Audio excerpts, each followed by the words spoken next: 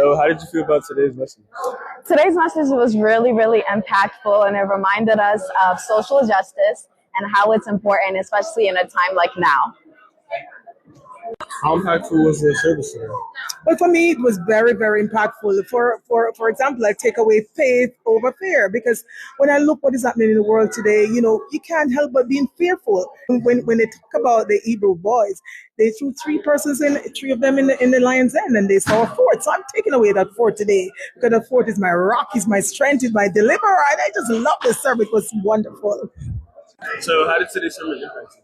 Today's sermon was very inspirational to me. I feel as though I learned a lot, and I take the pastor's word into depth to apply it into my life.